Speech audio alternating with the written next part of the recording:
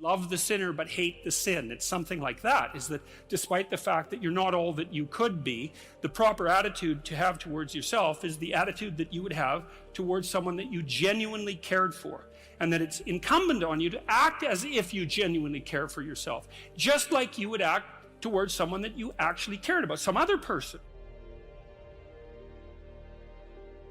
You want to present yourself to the world in a manner that doesn't disgrace you in some sense. That might be a good way to think about it. And you don't want to disgrace yourself, because the consequence of disgrace is emotional dysregulation, more pain, less positive emotion.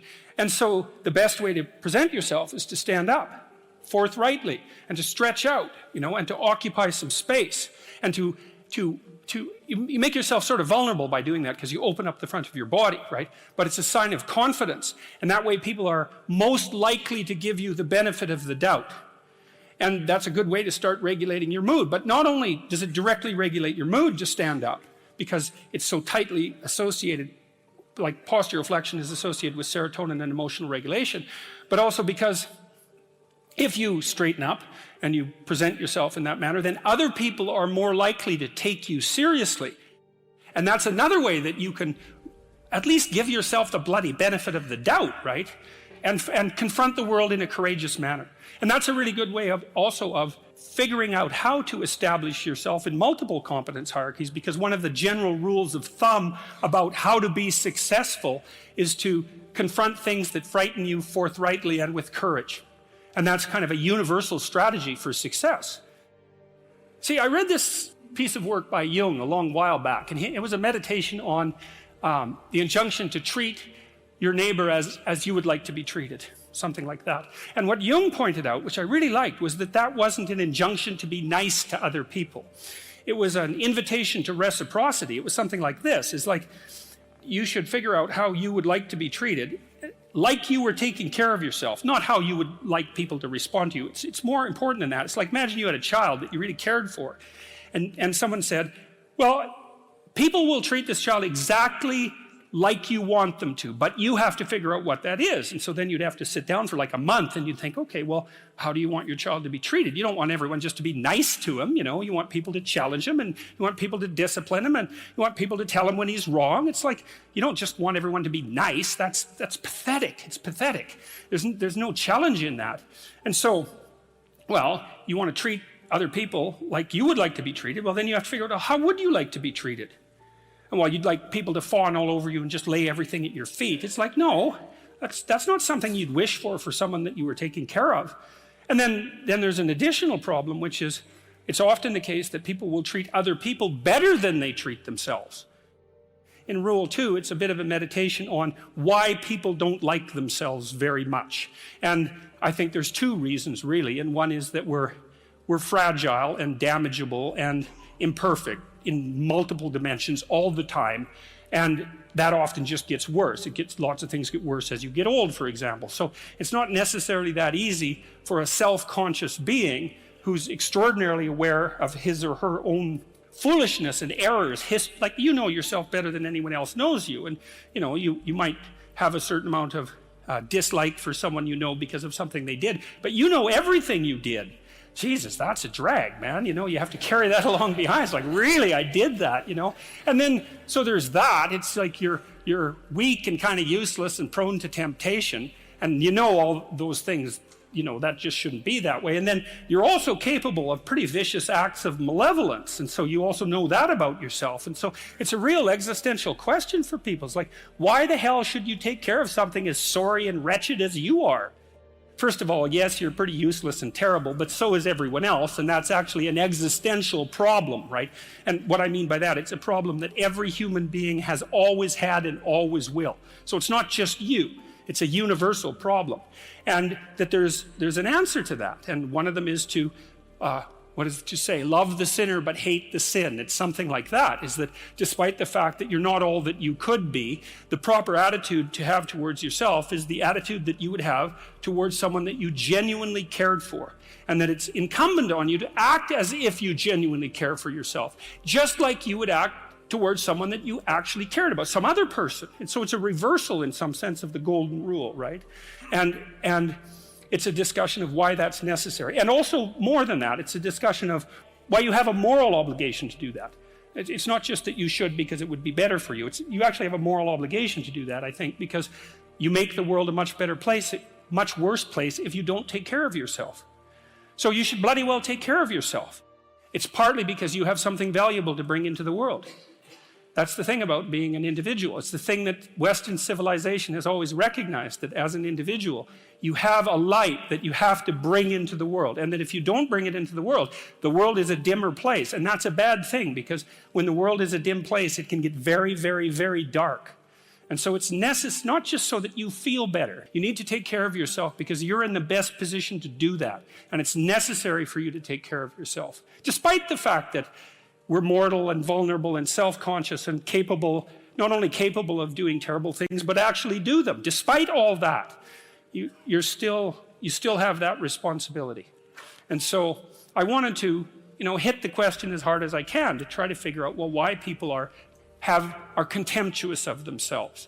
And there's plenty of reason, that's for sure, but the reasons do not justify the mistreatment of yourself. It's as simple as that. It's not a good strategy. And the next rule is make friends with people who want the best for you. And that's a meditation on my own childhood and adolescence to some degree.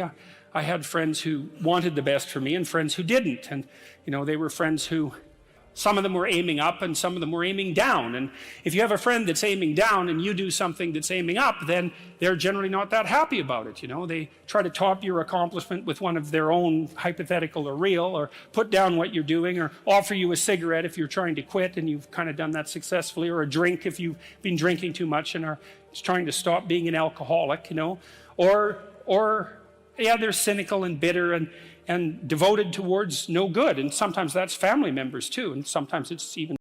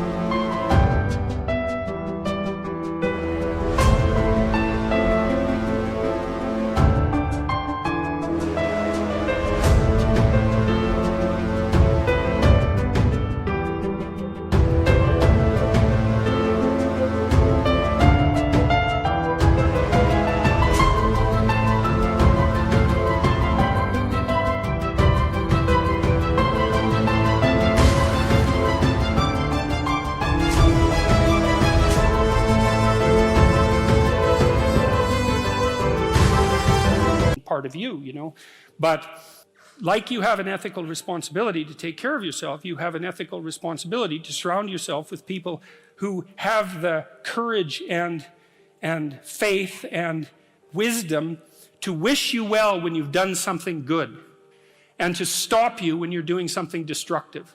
And if your friends aren't like that, then they're not your friends. And maintaining your friendships with them might not even be in their interest. And so it's a tricky argument to make, because I'm not saying, whenever anyone's in trouble, you should, push them into a ditch and then give them a couple of kicks. That's not the idea. A friend is someone you can share good news with, You go to them and you say, hey, look, this good thing happened to me. And they say, look, I'm so happy that happened to you. Like, way to be. And they don't think, God damn it, why didn't that happen to me? And you didn't deserve it. Here's a bunch of reasons you're stupid and why it won't work. It's like, that's not helpful. And so I would say, if people are, the other thing people are doing, if they're trying to drag you down, let's say, is they're trying to see if you'll put up with it.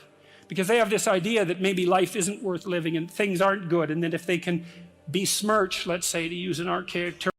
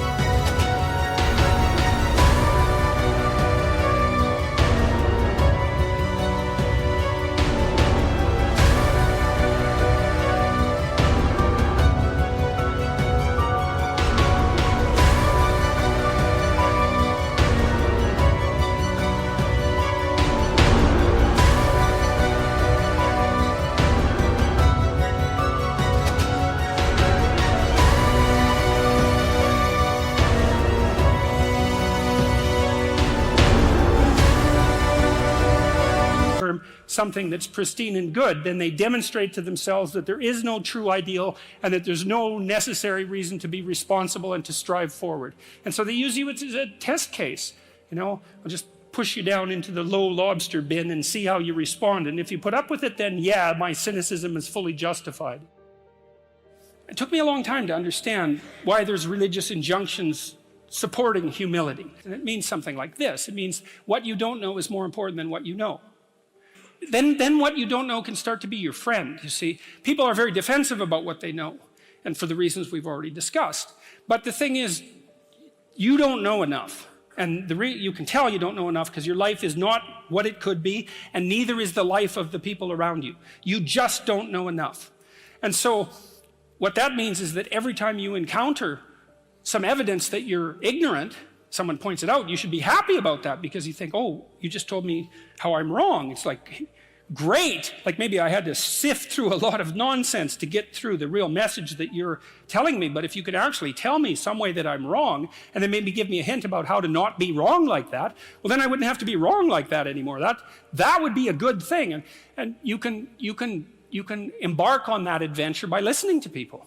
And if you listen to people, they'll tell you amazing things if you listen to them. And many of those things are little tools that you can put in your toolkit, like Batman, and then you can go out into the world and use those tools, and you don't have to fall blindly into a pit quite as often. And so the humility element is, well, do you want to be right, or do you want to be learning? And it's deeper than that. It's, do you want to be the tyrannical king who's already got everything figured out? Or do you want to be the continually transforming hero, or fool for that matter, who's getting better all the time?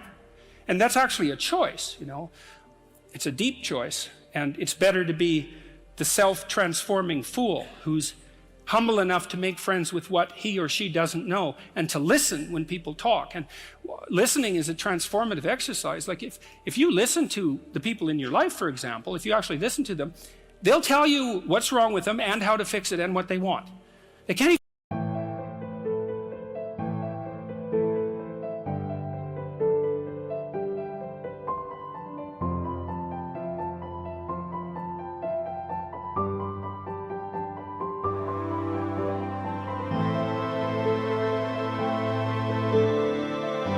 help it if you start listening, because people are so shocked if you actually listen to them that they tell you all sorts of things that they might not have even intended to, things they don't even know. And then you can work with that. And the other thing that's so interesting, you know, now and then you have a meaningful conversation, right? You have a good conversation with somebody, you walk away and you think, geez, you know what? We really connected, and I know more than I did when I came away from that conversation. And during the conversation, you're really engrossed in it. And that feeling of being engrossed is a feeling of meaning, and the feeling of meaning is engendered because you're having a transformative conversation. So your brain produces that feeling of meaning for you. It says, oh yeah, this is exactly where you should be, right here and now. It's the right place and time for you. And that's a great place to occupy. And so a good conversation where people are listening has exactly that nature. And the reason it has that nature is because it is in fact transformative.